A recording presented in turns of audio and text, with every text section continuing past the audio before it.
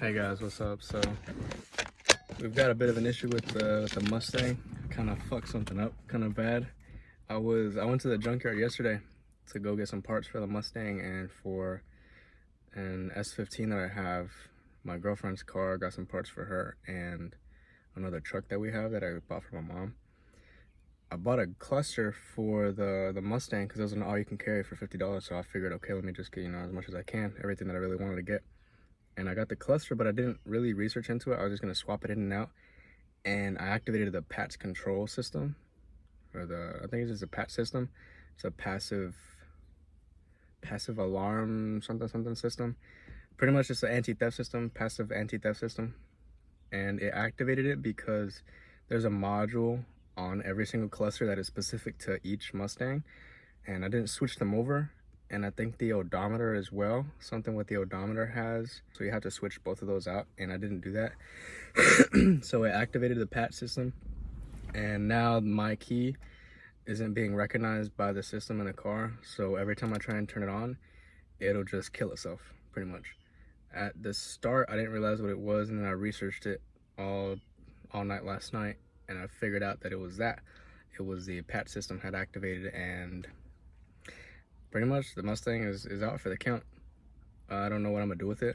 I'm been thinking about maybe trying to figure something out for it, but the thing about the PAT system is that you have to get a completely different, you either have to get a tuner to come out and flash it to where the PAT system is disabled, which costs a decent amount of money, and I don't really have anything like that right now, or go directly to a Ford dealership, have them they'll cut you the key, and they will program it to the actual car, and they'll reset the PATs, I think. And that costs even more money because you have to tow it to the dealership, and then the dealership, and how dealerships are. So yeah, that's the story with it right now. Kind of fucked it up. It was kind of crazy because I had bought and everything for it. I'll show you guys. Like straight up, that's the cluster that I got. That's the new cluster. That was the one that I had gotten because of the gauges and everything on mine weren't really working. And stupidly enough, I didn't check mine beforehand because the only thing that was wrong were these pins in the back. Little pins right here, like that one right there. Those were overlapping, so I had to take them back. They were overlapping, so I had to straighten them out, and they ended up working, but it was a bit too late.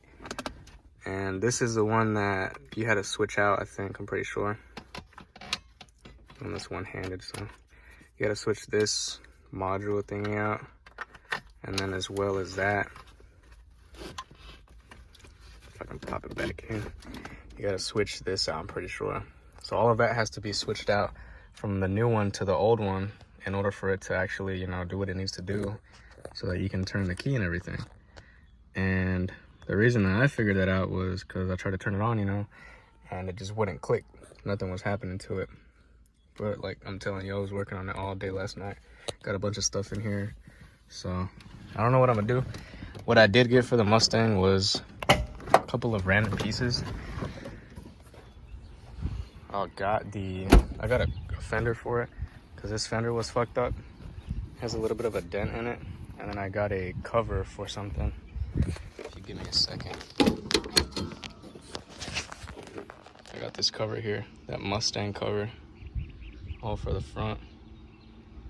But yeah, I had invested so much time into this engine too. I changed the head gasket, the valve cover.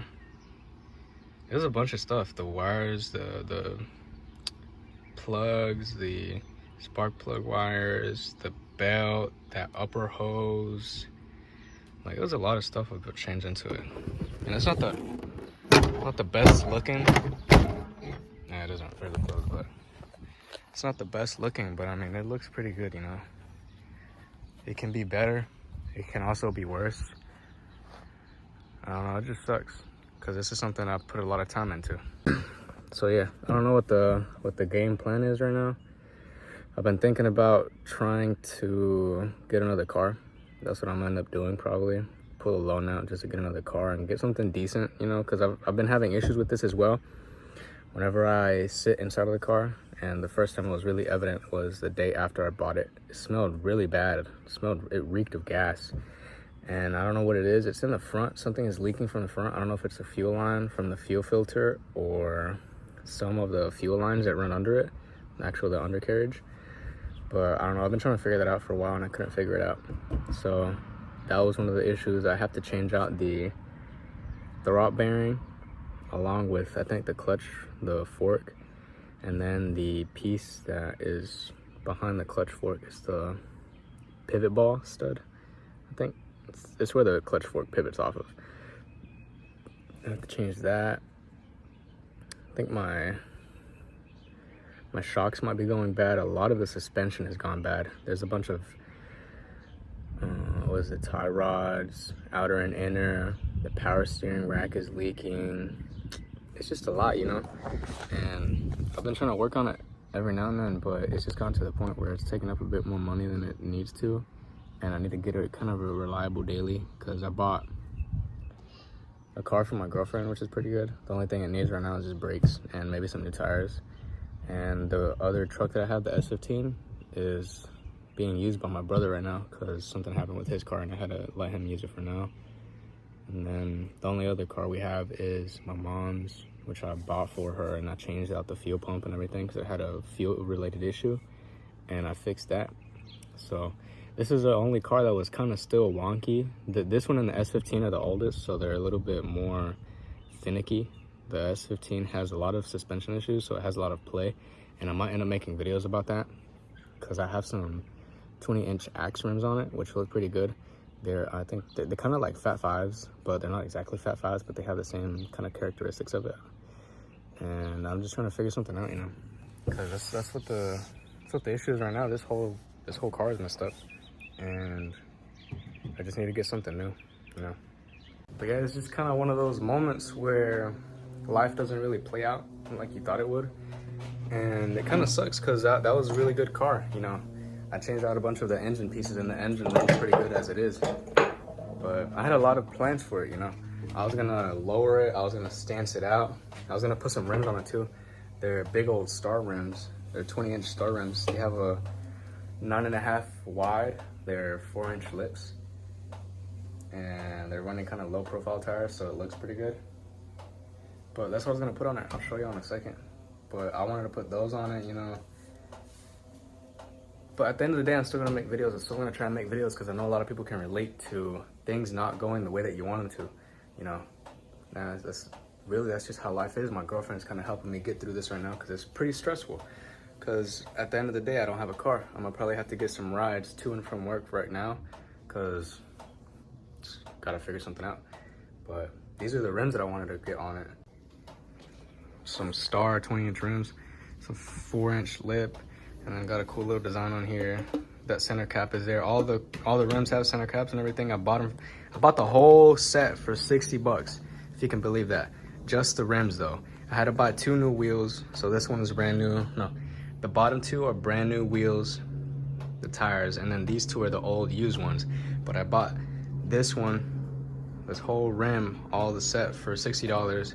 Put those 2 in, balanced them and everything. And I was gonna run them for a little bit, but my suspension in my car is so bad that these would just pull me everywhere. It was all over the road and it was crazy. It was sketchy, and it was you know, a little bit sketch. But yeah, that's what I wanted to run on it initially, but now I'm not gonna be able to run them. So I don't know when I'm gonna make a video. I don't know what'll happen. I'm gonna try and get another video maybe of the car I'm gonna buy. You know, maybe some stuff that I'm gonna do to the car, maybe put wheels on it, maybe suspension. And I mean, I might make videos about the garage that I have right now as well, because I'm making small upgrades to it, just because life has kind of changed and I have the ability to change up the garage a little bit. I wanna make it more car friendly. I don't know if y'all can hear them, but there's bees inside of here that are going up into the rafters, and they're kind of a main issue. I have to change out the walls with some sheet metal that I have because that's still an issue. I just want to make more space, you know, because right now I have a pretty small space, but I'm trying to make the best of it. This is pretty much what I got. You know, there's a door right here. It's a small square. It's about maybe 10 feet by 20, something like that. Those are the rims I got over there. Then my transmission jack, some stuff to clean the car, a lot of extra tools I have, because this whole thing was filled up with just a bunch of crap. And I cleared it out most of it. This is where the bees are going into, and you can see there I might filled all of these up with some expanding foam. I got a bunch of things over here, some jerry cans down there, and then more tools and stuff. The old SN95 lights that I got. That clicking that y'all hear is the electric fence that I have because I have a bunch of animals in the back. I gotta fix that hole. That's the one I was talking about. I gotta change it out for sheet metal. And these are the animals that I've got. Sammy right there. Got a couple of animals. I had more animals, but I sold a bunch of them because I had to pay a couple of things off. And I'm giving them water right now, but I kind of forgot, so. But yeah, I've got this plot of land. Trying to make the best of it. That's the sheet metal that I have for the back door. This is a little area that I have for the car right here. And then if I walk on the other side, you'll see that I have a little bit more space for it. I also have that Del Sol back there, but I don't really care about it because there's some issues going on with that. But y'all see over here, I have this space right here as well where I can work on cars, maybe build a little roof or something. I put this down just so I could put stuff under it, but yeah, try to make the best of what I have, you know. Yeah, we'll see what happens, you know. If we get the 95 running, the SN95, we're gonna, you know, run it to the ground. We're gonna maybe buy another car, but another SN95 at some point, and use it as a donor car. You know, I don't know. It all depends. And if you guys have anything that might work for the SN95 to reset the patch system, let me know. Leave it in the comments because it's kind of a big issue, and I kind of love that car, you know. But I mean, I've tried everything. I've tried putting the key in the ignition and leaving it there for like 10 minutes, 10, 15 minutes. That's what some people said to do so that the system can recognize the keys again, but it didn't end up working. I disconnected the battery overnight thinking that it would kind of reset the system, and it didn't. I opened the car door, the driver door, with the key, and it didn't work. And I mean, I don't know. I tried everything. Pretty much, I tried everything, and it doesn't work. So, best of wishes to all of y'all. If y'all are going through anything, you know, just keep going through it. That's maybe why I'm trying to make videos of it, just so people know that what you're going through isn't specifically just you. You know, a lot of people are going through it. If you need to ask somebody for help, ask them for help. Ask somebody to help you out, keep you going through it, because it gets hard. You know, life is heavy, and you have to depend on people around you so that you can take some of that weight off of your shoulders. And best of luck to y'all. I don't know when I'm gonna make another video, but I'll see y'all soon. Thank you. Bye.